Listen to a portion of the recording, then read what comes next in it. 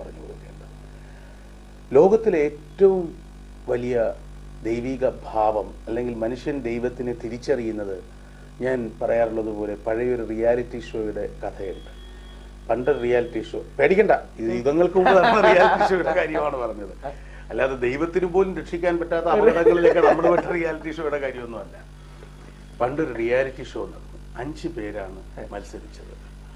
ദൈവമായിരുന്നു ജൂറിയായി വന്നത്. ദൈവം എന്ന് പറഞ്ഞാൽ ശ്രീരാമേന്ദ്രനും നബി സല്ലല്ലാഹു അലൈഹി വസല്ലമോ ക്രിസ്തുവോ അങ്ങനെ ഒരാളല്ല. സർവ്വമതസാരവും ഏകമാണ് എന്ന് ഗ്രഹിച്ച എല്ലാ മതങ്ങളുടെയും ചേർന്ന പരമകാരുണികനായ ദൈവം.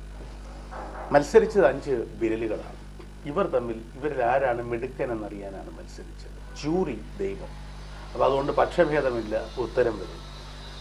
അപ്പോൾ ആദ്യം ദൈവം പറഞ്ഞു, നിങ്ങൾ ഓരോരുത്തരായി വന്ന് നിങ്ങളുടെ കഴിവുകൾ എന്നോട് പറയൂ, എന്നിട്ട് ഞാൻ വിലയിരുത്താം. ആദ്യം വന്നത് പെരുവിരലാണ്. പെരുവിരൽ വന്നിട്ട് പറഞ്ഞു, ദൈവമേ ഞാൻ ഒന്നാമനാണ്. മാത്രമല്ല വിക്ടറിയുടെ സിമ്പൽ തംസ് അപ്പ്, അത് ഞാനാണ്. ലോകത്തിലെവിടെയും ഒരു മനുഷ്യനെ അടയാളപ്പെടുത്തുന്നത് എന്നെ പതിപ്പിക്കുമ്പോഴാണ് വിരലടയാളം ഉണ്ടാകുന്നത്. ഒരു കടലാസ് കഷ്ണം പോലും ഞാൻ കൂടി കൂട്ടിച്ചേർന്നാൽ എടുക്കാൻ പറ്റൂ, ഞാൻ പിന്തുണയ്ക്കുന്ന വിരലാണ്. ഇതിനെല്ലാം ഉപരി പിറന്നു വീഴുന്ന ഓരോ ഉണ്ണിയും ഉണ്ണുന്നത് എന്നെയാണ്. അതുകൊണ്ട് ഞാൻ മാതൃത്വത്തിന്റെ പ്രതീകമാണ്, എംബോഡിമെന്റ് ഓഫ് മദർഹുഡാണ്. ദൈവം പറഞ്ഞു, കൊള്ളാം, ഇരിക്കുക, അടുത്ത ആൾ വരട്ടെ എന്നുള്ളത്. അടുത്ത ആൾ വന്നിട്ട് പറഞ്ഞു, ദൈവമേ ഞാൻ ദുരധികാരത്തിനെതിരെ ചൂണ്ടുവിരല. മാത്രമല്ല സെൻസ് ഓഫ് എയിമിന്റെ, ലക്ഷ്യബോധത്തിന്റെ വിരലാണ്. അമ്പെയ്യാൻ, വെടിവയ്ക്കാൻ, കാരം കളിക്കാൻ വരെ ലക്ഷ്യം നിർണ്ണയിക്കാൻ ഞാൻ വേണം. മാത്രമല്ല ആജ്ഞാശക്തിയുടെ വിരലും ഞാനാണ്. ഇരിക്കവിടെ കടക്കുപുറത്ത് എന്നൊക്കെ ആജ്ഞാപിക്കുന്നത് ഞാൻ, അല്ലാതെ ഇരിക്കവിടെ കടക്കുപുറത്ത് എന്ന് വേറെ ആരും പറയില്ല. ദൈവം പറഞ്ഞു, ശരിയാ. മൂന്നാമത്തെ ആളും എന്ന് പറഞ്ഞു, ദൈവമേ ചർച്ചയും തർക്കമൊന്നും വേണ്ട, കണ്ടാലേ അറിയില്ല 5-ൽ വലിയവൻ ഞാനാണ്. മാത്രമല്ല നായകൻ ഞാനാണ്. നായകൻ എപ്പോഴും മധ്യത്തിൽ നടക്കുക, 2 സഹായികളാണ് 2 വശങ്ങളിലായി നടക്കുന്നത് എന്നുള്ളത്. നാലാമത്തെ ആളൊരല്പം നാണിച്ച് തല കുനിച്ചിട്ടാണ് വന്നിട്ട് പറഞ്ഞു, ദൈവമേ ഇവരെല്ലാം പറഞ്ഞത് ശരിയാ, ഇവരൊക്കെ നായകനും വിജയിയും വലിയവനും ഒക്കെ തന്നെ, പക്ഷെ ഇതൊക്കെ ഉണ്ടാവണമെങ്കിൽ വിരലുണ്ടാവണമെങ്കിൽ കുഞ്ഞുങ്ങളുണ്ടാവണമെങ്കിൽ കുടുംബം ഉണ്ടാവണമെങ്കിൽ വിവാഹം ഉണ്ടാവണമെങ്കിൽ പ്രണയം ഉണ്ടാവണം. അപ്പോൾ ഒരു മോതിരം ഇട്ടേ പറ്റൂ, അതിന് ഞാൻ തന്നെ വേണം. I am the most romantic finger, ഞാൻ പ്രണയത്തിൻ്റെ ഇടയാണ്.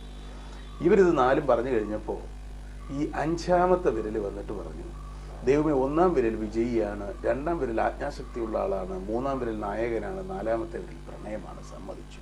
പക്ഷേ ദൈവമേ ഇതൊക്കെ ഉണ്ടെങ്കിലും വിജയിയാണെന്ന് വിശ്വസിച്ച് 1-ാമത്തെ വിരൽ കുറ്റങ്ങൾ ചെയ്യുമ്പോൾ, ആജ്ഞാശക്തിയുടെ ഏകാധിപത്യ പ്രവണതയിൽ 2-ാം വിരൽ തെറ്റുകൾ ചെയ്യുമ്പോൾ, നായകരാണെന്നുള്ള മിഥ്യാബോധത്തിൽ 3-ാം വിരൽ അബദ്ധങ്ങൾ കാണിക്കുമ്പോൾ, പ്രണയ ചാബല്യത്തിൽപ്പെട്ടി 4-ാം വിരൽ തളരുമ്പോഴെല്ലാം അങ്ങ് ഇവരോട് പൊറുക്കുന്നത് ഇവർക്കെല്ലാം വേണ്ടി ഞാൻ ഇങ്ങനെ 1-ാമനായി മുന്നിൽ നിന്ന് കൈകൂപ്പി തൊഴുമ്പോഴല്ലേ എന്നാണ് 5-ാം വിരൽ ചോദിച്ചത്. അതുകൊണ്ട് നമുക്ക് ഒരു കാര്യം ചെയ്യാം.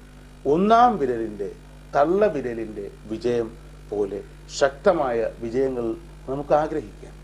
ആജ്ഞാശക്തിയും ലക്ഷ്യബോധവും ചൂണ്ടുവിരലിനെ പോലെ നിർവഹിക്കാം. നായകനാകാൻ 3-ാം വിരലിനെ പോലെ പരിശ്രമിക്കാം. മനുഷ്യ മനസ്സിന്റെ തരളഭാവങ്ങളെ പ്രണയത്തിലൂടെ ചാലിച്ചു വെച്ചുകൊണ്ട് 4-ാം വിരലാവുകയും ചെയ്യാം.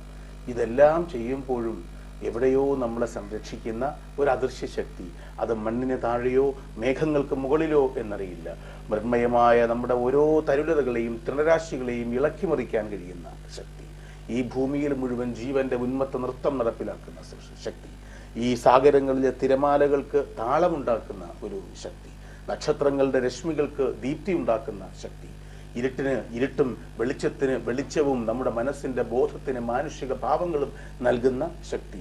ആ ശക്തിയുടെ മുന്നിലെങ്കിലും നമുക്ക് 5-ാം വിരലിന്റെ വിനയം കാണിക്കാം.